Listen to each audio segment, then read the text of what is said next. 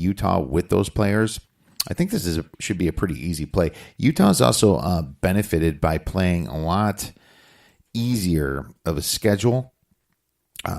Utah's got a stout defense, but Washington's is even better.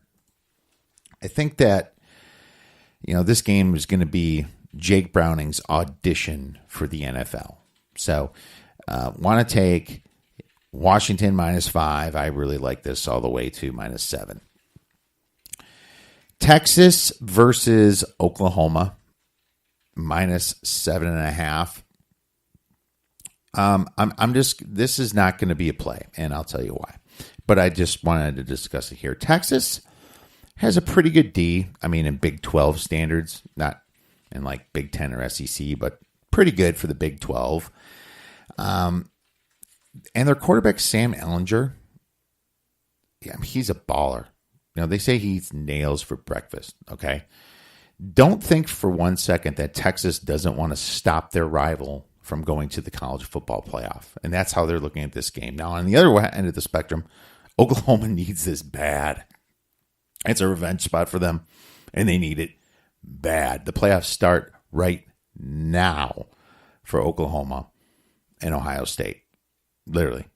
So this is a game I don't want to touch. I think 7.5 is kind of the perfect number for what Oklahoma is capable of doing. When Texas beat them, I still thought Oklahoma was the better team. But at -7.5, this is definitely no play. I think the total's up to like 76.5. It's pretty high. Not sure. I'd have to lean the over in that, but this is not going to be a game that I'm interested in. All right. Now it's time to get into the sharp side of the force. Sharp Side of the Force is brought to you by uwager.eu. Please visit theoddsbreakers.com and click on our uwager banner for a 50% sign up bonus. All right, Sharp College here. Memphis at UCF. And I want to remind everybody first that we don't discuss unless it's at least about a 20% difference between the number of tickets and the amount of money on this side. So if a team is at 40% number of tickets and 60% of the money, that team is a sharp side. Memphis at UCF went from +7 down to +3.5, and I think we all know why that is. It's the Mackenzie Milton factor. Revenge spot for Memphis, but we'll see what happens. Louisiana Lafayette +17.5 down to +16.5 at Appalachian State. A 37% difference between the number of tickets and the money. So a lot of people on Louisiana Lafayette, they played this year. App State only won by 10 at home. Liberty -25 hosting Norfolk State. 43% difference there. East Carolina +25 down to +23 at NC State. Marshall +4.5 down to +3.5 at Virginia Tech. Sharp money is hitting on Marshall. They're a nice bet this year for Conference USA.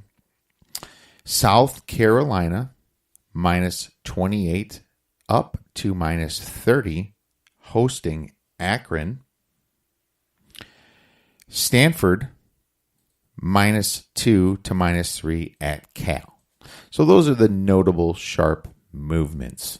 None of the other ones are really up to 20% here.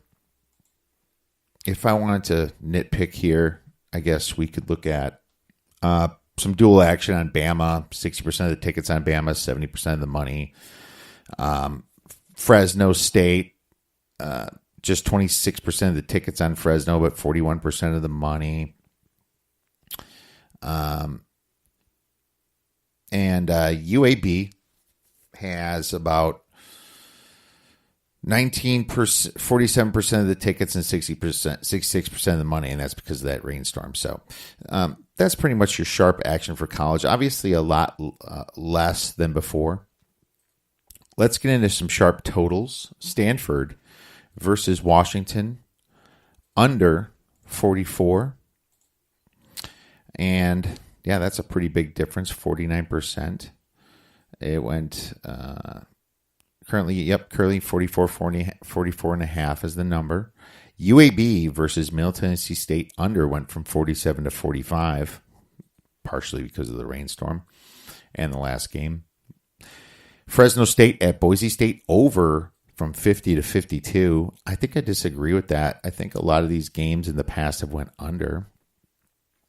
Northwestern versus Ohio State, under 61 is a sharp side. You know, I can't necessarily disagree with that one either. That's the only way I would lean. But what if Ohio State is a little bit even extra motivated this game? Ugh. All right, sharp NFL.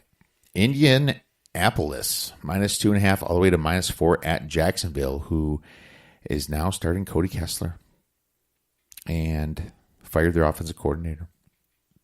Tampa Bay, +4 to +3.5, hosting Carolina. Sharp money on Tampa Bay. It's an ugly one. Detroit, +10, hosting the LA Rams is a sharp side. New York Jets, +10.5 down to +8 at Tennessee. San Francisco, +11 to +10 at Seattle. It's a rivalry game. But San Fran is sure, their tank is pretty empty, I got to tell you. Some totals in the NFL. Indianapolis versus Jacksonville, under from 48 to 47. LA Chargers versus Pittsburgh, under 52 down to 51. Buffalo versus Miami, under 40. Arizona versus Green Bay, under 46 down to 44.5. New York Jets, Tennessee, under 41 down to 40.5. Yep, sharp still hitting the under, even though this NFL is averaging more like 48 points rather than 44 points. So it's those unders ain't that easy to hit.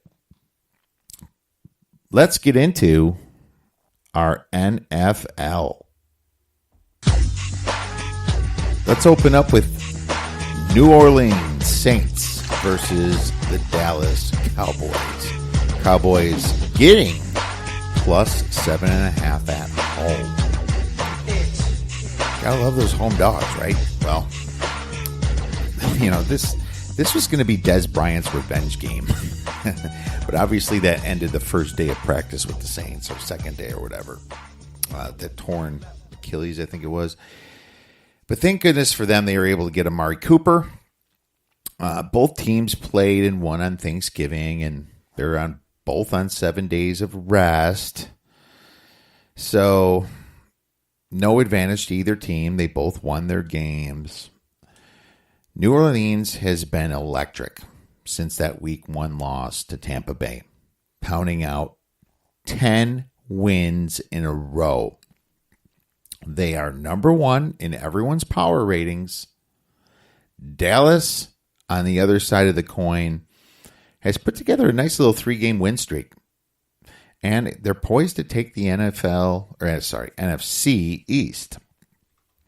The reason for this is great defense. They're holding teams to 19 points per game and 331 yards. Since getting Amari Cooper up and running, they now have a passing threat to complement their top 6 run game. They're top 6 in the NFL in rushing.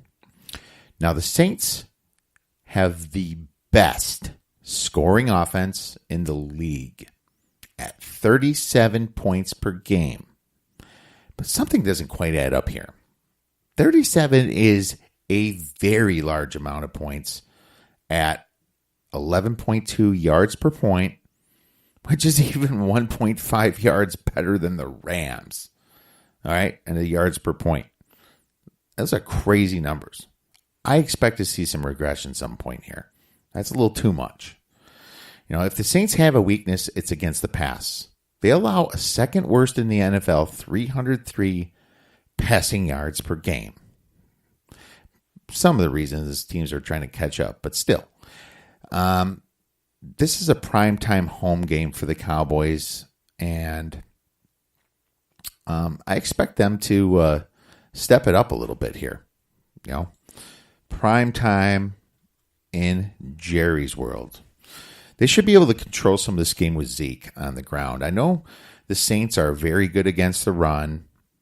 I think some of that is due to the fact that they play a lot of passing teams, Tampa Bay, Carolina, Atlanta, So I think if you look at who they played and the type of offenses they played is the real handicap here. They're great against the run, but they have played a lot of teams that run the ball. They don't. And because of that, I think the spread is a little bit too high. I think Dak's going to be playing some RPOs. He's going to be running the ball a little bit. I think that the spread should be a little bit more towards the 5 or 6 range. So I love the 7 in the hook here.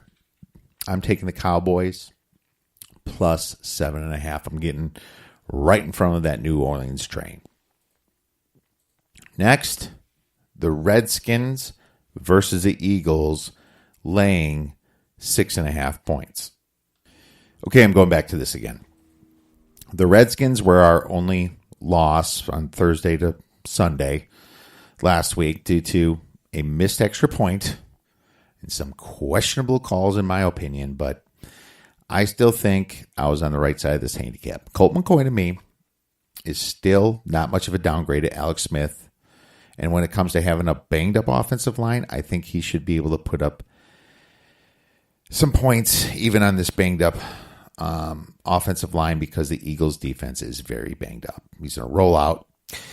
There's something wrong with the Eagles passing game this year. They're just not doing it. Teams are starting to figure them out. They have a Super Bowl hangover. They're also struggling a bit on the run, and they're going to try to get Adams going. But, the problem is it feeds right into the handicap here is that Washington's pretty good against the run. They rank 7th in the league on rushing defense. Being that this is week 2 for McCoy starting, I think he should be able to scheme against this banged-up secondary, utilizing guys like Josh Doxson, Trey Quinn. Expect to see a lot of targets to both tight ends, Vernon Davis and Andre Reed. I think they're going to get a lot of touches as well. If Jay Gruden has half a brain, which I'm not going to vouch for that, but if he has half a brain, he should be able to roll out Colt McCoy out of the pocket, get away from that banged-up offensive line of second stringers, and instruct him to get rid of the ball quickly to the tight ends, to the, quick outs to the receivers. Quick slants, right? Lastly, the Eagles only average 1 point more per game over the Redskins throughout the year. And they're actually 2 points per game worse on defense. I know these are points, probably the most generic thing you can look at, but when the line's 6.5, you should pay attention to some of those things, especially when when your handicap doesn't line up. Because when I put it through my algorithm, this is a lot closer to an actual pick'em than you think. I think the Eagles should be favored by 3 here. I do not think that they should be favored by 6.5. So I am taking the Redskins ugly dog at 6.5. All right. The Rams versus Detroit.